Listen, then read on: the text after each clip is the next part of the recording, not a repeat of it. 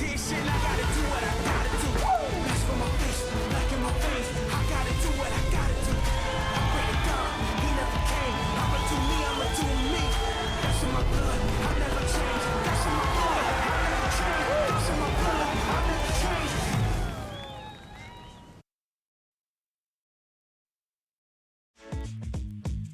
Post-show, plenty to talk about after a huge opening day of competition. Day 6 of the event window here at the Margaret River Pro. And it kicked off with very sizey conditions. A beautiful day here in the west. Tropical almost. And plenty to break down, as I mentioned. Ronnie Blakey with Shannon Hughes and Richie Lovett. And Rich, monstrous, the warm-up session for the competitors this morning. Yeah, it was a big one. We came down at dark and all we could see was whitewash to the horizon, and it was in the vicinity of 12 to 15 foot, I guess, Hawaiian style. So it was huge conditions, and it's different from what the competitors have been dealing with for the last few days. So they had a challenge from daybreak.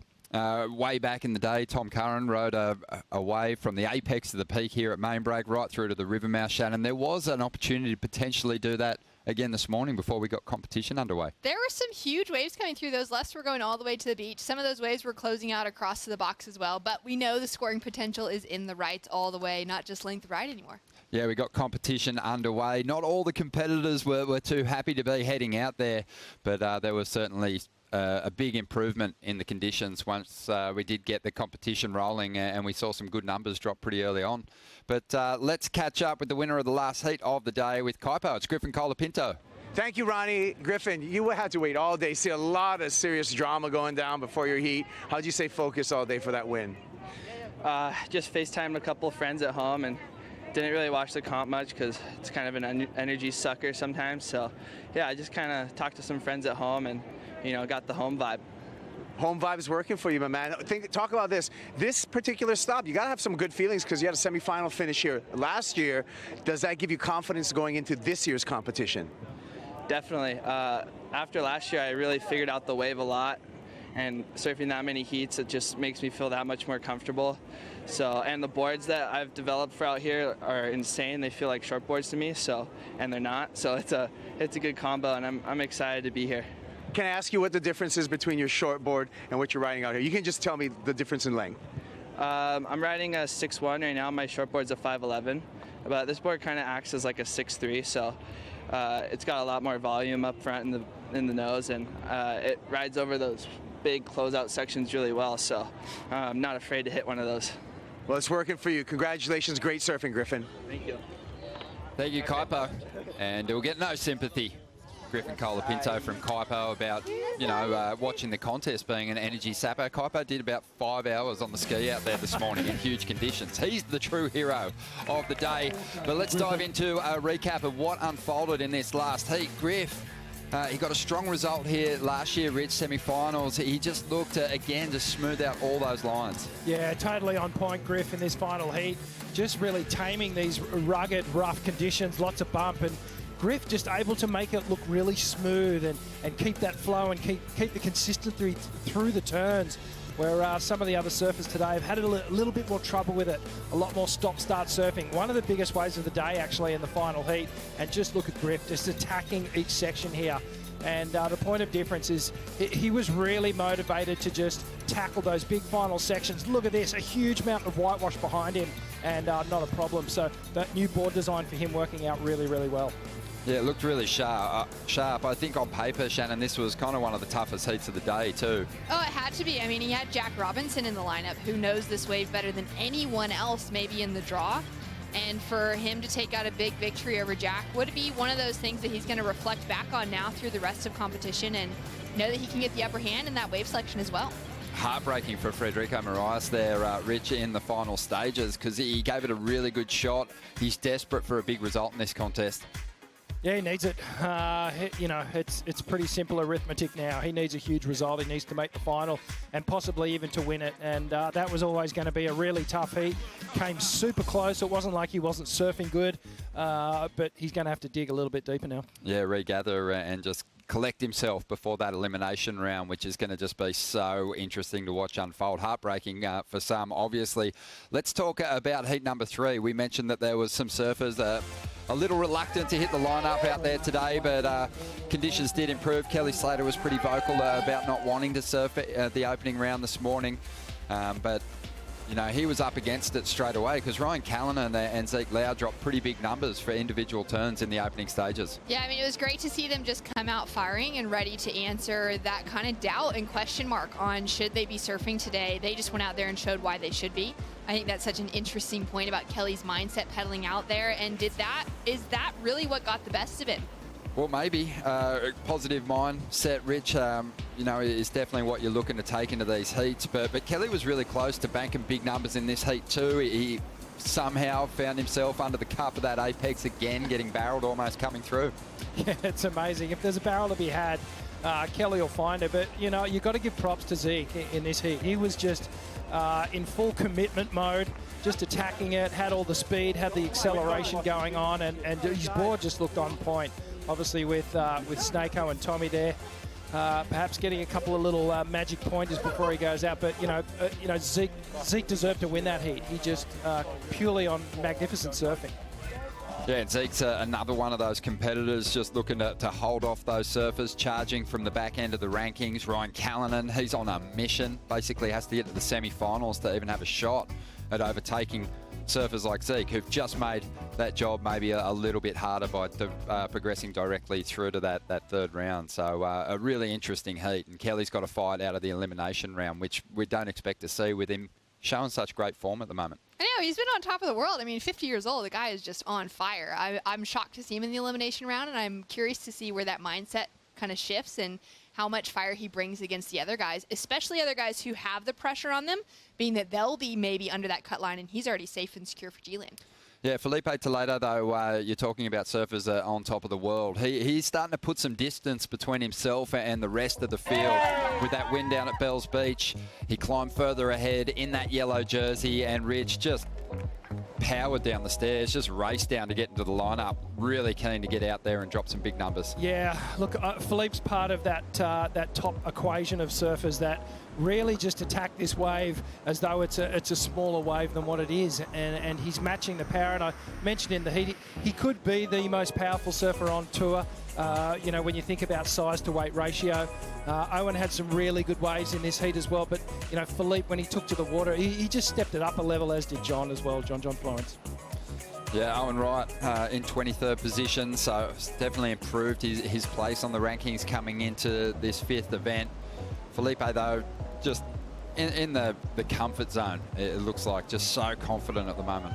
Yeah, he's coming in, you know, as that defending champion as well, which should be working in his favor, coming off of a win now at Bells. So he's finding the rhythm in this season compared to last season. And then to be able to take out someone like Owen and a local in Jack Thomas, who put together a great performance, but just didn't quite have those exclamation point moments to take it down against the best. Felipe, too, he won here last year. He's had big performances here at Margaret's, but you know, he's only just really discovering the Southwest. When surfing with Taj Burrow prior to the comp getting underway, and realised just how many great waves there are in the region. And I think it's only helping just make him feel more at home, more comfortable in the surf over here. Yeah, for sure. And, you know, it's surprising that he's only really focused his energy around this break, but in a way not so surprising because he's so dedicated to doing well at the competition locations. He's put the time in and he's got the win here already. Now he can open up a bit, and his surfing can open up even more as well if that's possible. But he's certainly on a tear. He made some smart decisions too before the heat, was looking at a bigger board, then the step down, and then he actually almost went to his short board for the heat as the conditions started to get tame. Great to see the technique, the form being brought to the opening round. But the big focus for us is the mid-year cut. Let's get into it.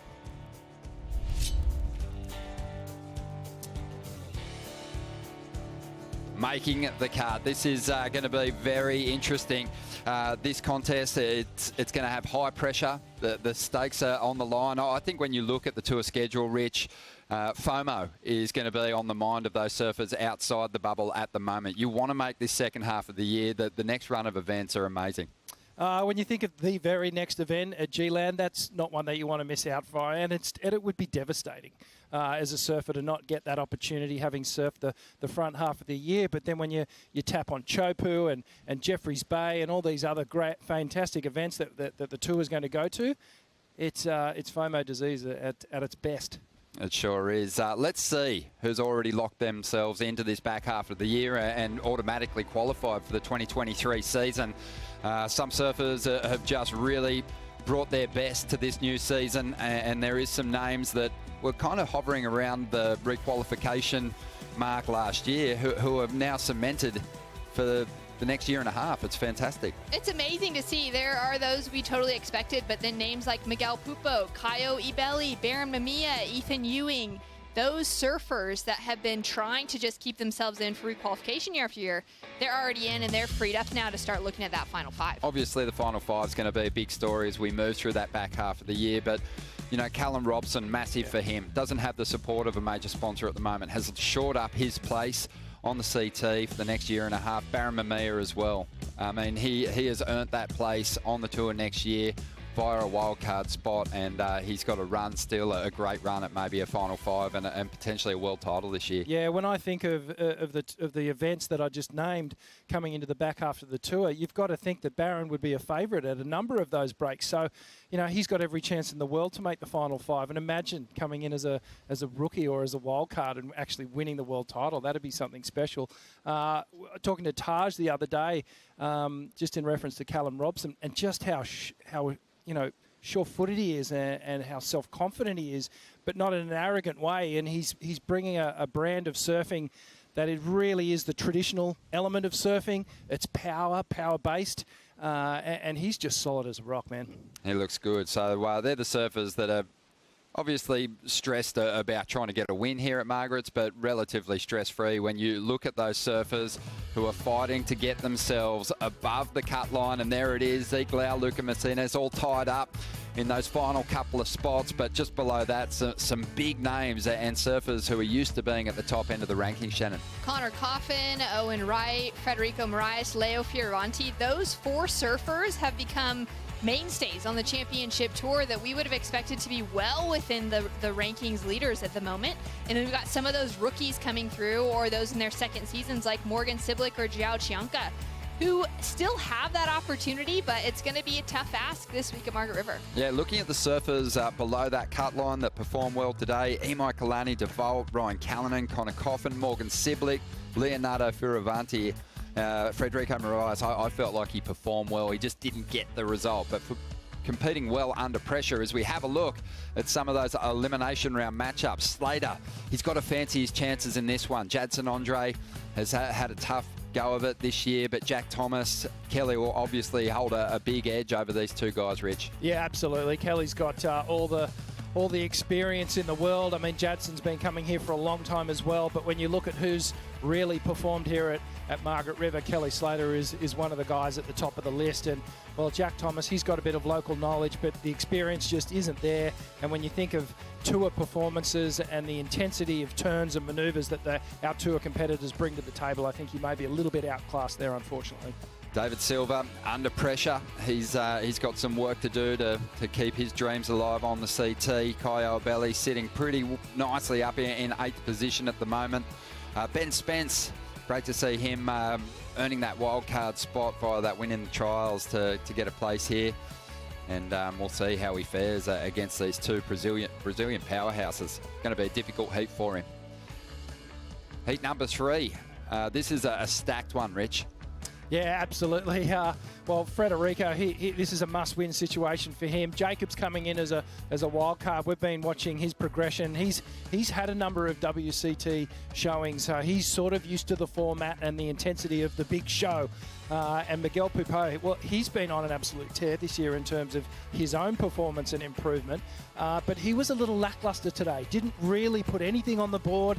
Lacked the spark that we saw down at Bells Beach. So he'll be looking to dive deep and bounce back bigger and better.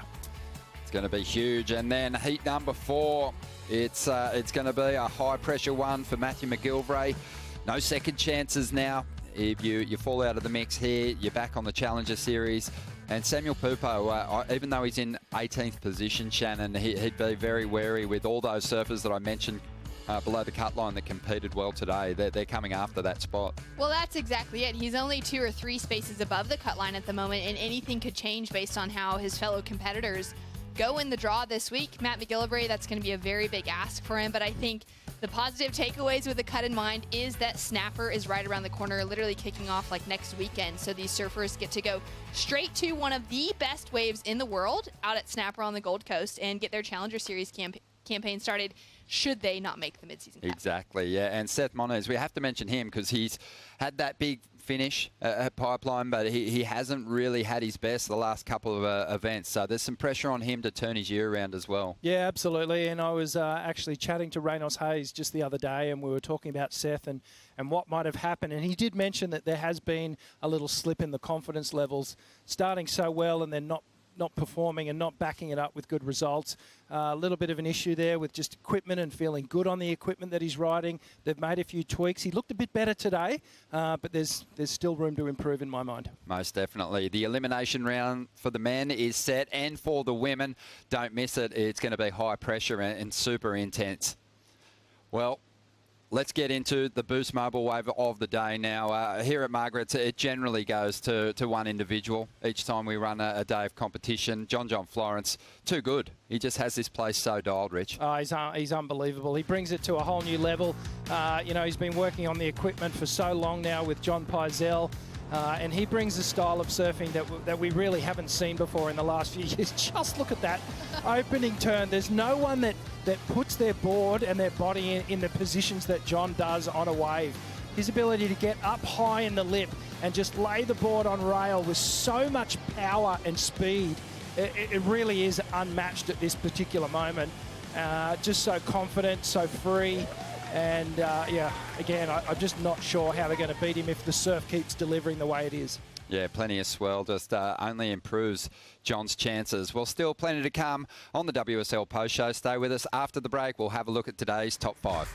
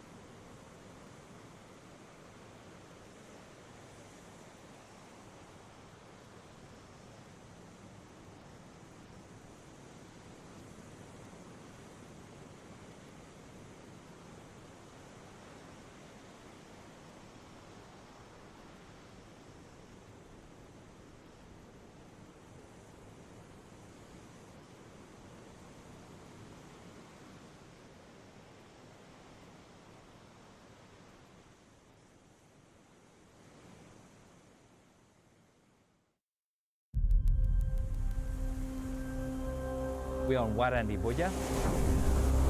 Warandi people are the saltwater people of this region. So basically we're saltwater mob, we're ocean mob. We live by what we call Warto. And Warto is the ocean, so we live by Warto. We have our maya, our houses, next to Warto, next to the ocean. We also believe in the spirits of the ocean, which is Waran and Wargain. So they are some of our ocean spirits. They are also some of the spirits of country. We have Margan and Barba, which are the thunder and lightning spirits. As saltwater people, we've got a real affiliation to the ocean and the connection between land and sea.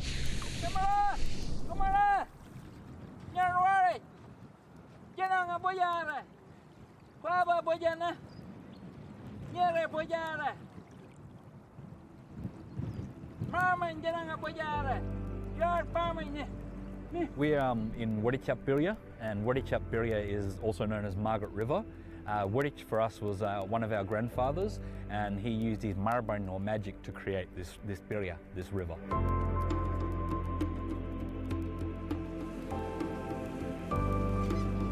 Where the ocean and the river meet. Basically, this is the mouth of the river, of the birja. It's real special for the fact of the freshwater systems. They represent our song lines of Wagor. Wagor is the rainbow serpent, so the serpent that created all our waterways for our people to survive and live on. And we also have what we call that Wagor, which is the rainbow serpent, but he lives in Giaba in the freshwater. We also have a Warto Wagor, which is the ocean serpent as well. And there's been a story passed down by our generations, by our elders, about how the two snakes always have a great battle trying to fight with each other.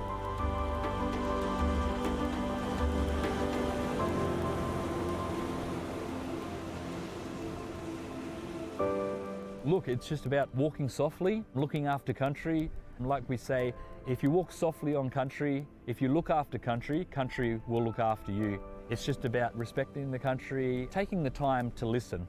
So listening to the wind, listening to the country, basically like what the surfers are going to do anyway, so that they get good waves. But yeah, like we say, our family welcomes everyone down onto country. Just walk softly and respect Boja, Bojara, the mother, the country, and she'll respect you right back.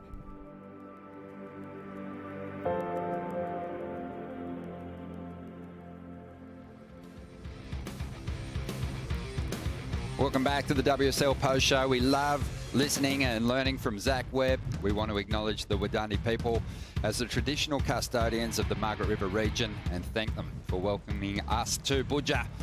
And we pay our respects, Wadani elders past and present and emerging.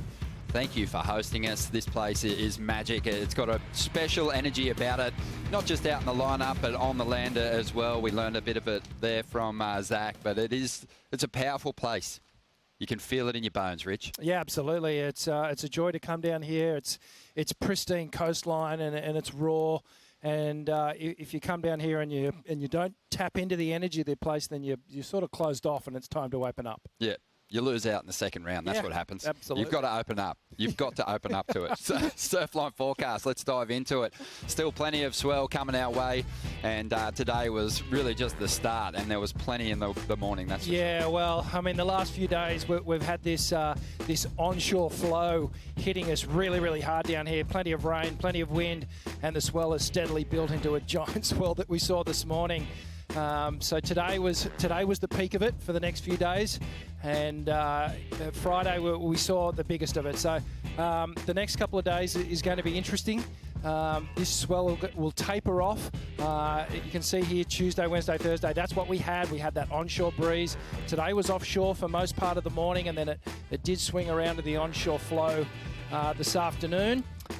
Wind-wise, we're expecting some similar conditions to today. It's going to be variable. It'll swing onshore and offshore, but the swell's going to hang in there for the next few days. My guess is that we're going to be on tomorrow, and then there's another big bump early next week, which is really exciting. And perhaps Tuesday, Wednesday, we'll get the glory day. It's going to be offshore and big again. We may even see the box come into play. How do you think the competitors are going to be sleeping tonight, Shannon, with that elimination round just around the corner? Oh, I think it's going to be a tough one. They've got to get to bed early, get their mind in the right spot this afternoon, get prepped with their coaches, their teams, watch how the conditions unfolded today, because we could be in for some good ones tomorrow, and there is a lot on the line. Sports psychologists, late nights for them probably on the other side of the world for some of the competitors. But let's dive into our top five now, starting with what could have been a leg breaker for Zeke Lau, just putting it all on the line. I know my knees were hurting watching that final move unfold, but it was a clutch performance from the Hawaiian. Yeah, it was. Just look at Zeke attacking here. Just the big, strong Hawaiian using his weight and leverage just to display so much water through all these big turns, carving, holding the rail line. I love that style of surfing. And then just look at that final moment here. Drops out of the sky somehow, just shoves his board, straight under his feet and able to ride out of that. And certainly impressed, but looks like he did a bit of damage on the way down as well. 8.67 for that final ride. Big score, big win, and there's an idea of just how big the conditions were. Number 4, big drops and big wipeouts. We saw plenty of them early on. Oh, it was a wild morning this morning. I mean, seeing the boat go over the back of that set was just like J-Bay a few years back where we had those huge sets as well. And I mean, take a look at how heavy these drops are. Like, how are they actually making it, staying on their feet, and then trying to throw in for turns like that and getting sucked over the falls? Yeah, it was definitely Hawaiian-esque type conditions this morning, and that water angle really showing us. We had broken boards. Thankfully, not much carnage in the body department, but certainly the equipment took a bit of a carnage. At number 3, Ethan Ewing went from 3rd to 1st with a solid effort. Just a couple of rides for him in this heat. He was so patient with his priority, but he used it well. Only 2 rides the entire wave. He sat with that 7 on the scoreboard, and then just like under a minute to go, a few seconds left, decided to take off on this one. Bumped him from 3rd into the lead, which was incredibly impressive that he held that composure, but man, he would have had a few people stressing. No doubt, but this guy's just gone to a whole new level, confidence-wise, Rich, and just seems to be now doing the kind of surfing that we've expected from him for a long time in the jersey. So frustrating over the last few years, just watching Ethan and knowing what he can do, knowing how good a surfer he is, and he just wasn't putting the results together and the heats together. He's still got a lot of us kind of on the edge of our seat in terms of getting his heat scores and banking his scores early in the heat duration. But yeah, he's fixing it all up. He's definitely one of the Aussies to watch. At number 2, John Florence just picks up where he left off last season. I mean, big scores at main break is what he's become famous for, and he delivered again. Those big trademark under the lip layback jams, they just suit those sections so well. I can never get tired of watching this style of surfing. Just the amount of power on the rail that this guy can produce, it's remarkable. And I think everyone probably goes home and watches what he's doing and tries to study it and emulate it in a way. And again, just a good look there at the narrow tail there. That's helping him to carve and bite into the wave face.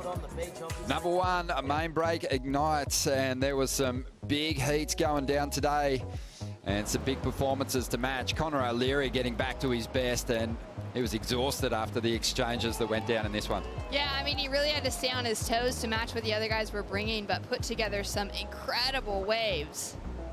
Yeah, Morgan Siblick, Rich, a good bounce back from him. Big committed end section there. Yeah, I said it in the heat when we were commentating, Shannon. It's the best surfing I've seen Morgan do this year, without a doubt. It's the shades of what we saw last year with Morgan, just a freed up, really aggressive approach. He looks like he's been a bit nervous or something going on. There's been pressure on him this year to perform, but in this heat he really opened up, and Connor O'Leary, well, he opened up on the backhand big time in this heat, really showed what that backhand attack can do. I mean, it was a really impressive performance from both Connor and Morgan to keep Kaio at bay looking for that last score, Kaio into the elimination round, which is a massive difference for the results we've seen of him out here in the past. And it was a really good performance all around from all 3 surfers. It sure was, yeah. Morgan Siblick, big charge from him to get past that elimination round, give himself a good night's rest, and look forward to a big round 3 matchup. Of course, Morgan was one of the stars of the episode we got to watch at the unveiling of the Make or Break first season at Cape Mentel, and his episode was celebrated, Rich. Plenty of laughs and hoots. He's a comedic genius. I think he's going to get a lot of fans if he doesn't have them already. I mean, he's such a likeable guy. He's a bit of an Aussie who wears his heart on his sleeve, and he's not scared to say what he thinks. And he's a little arrogant as well. But when we watched that, I was left wanting more. So I think good things to come with the Make or Break program. It's going to be unreal. We'll get on Apple TV tonight, Rich, here in Australia, and you can watch it unfold. For the rest of you, April 29th is the date. That's probably when you wake up. So get into it, enjoy it. Make or Break is now available on Apple TV+. We'll leave you with highlights of what unfolded here today. Check in bright and early. We could have competition back underway with those dreaded elimination rounds. See you then. A very early morning at Margaret River. This is going to be a very challenging day of competition with all this size that we have in the lineup. The swell has really kicked in. Look how big these waves are. Double overhead for the boat. Yeah. On Margaret River to deliver, and it delivers in a big way. The rookie that's setting the pace this year, Callum Robson, hits it hard off the top, and Callum hangs on.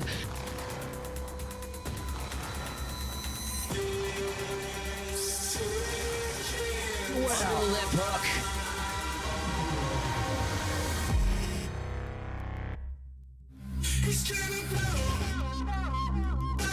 That take a full airdrop into a huge carve.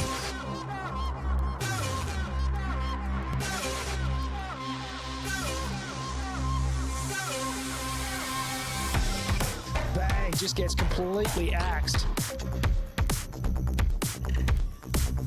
He needed a good wave here and just jams it. It's a cat and mouse game out here right now.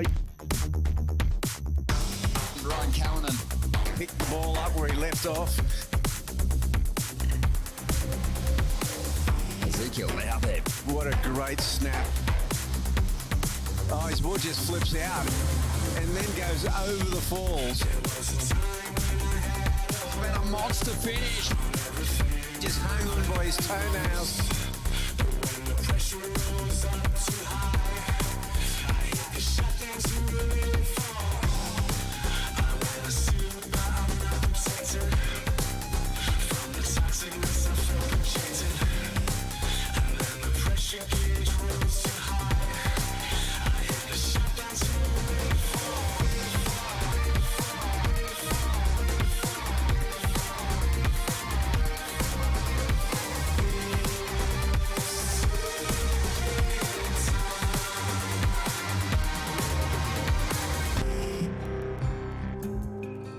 Is he going to attack it? Classic. No one does it better in John. It's his signature move. John Florence in full flight.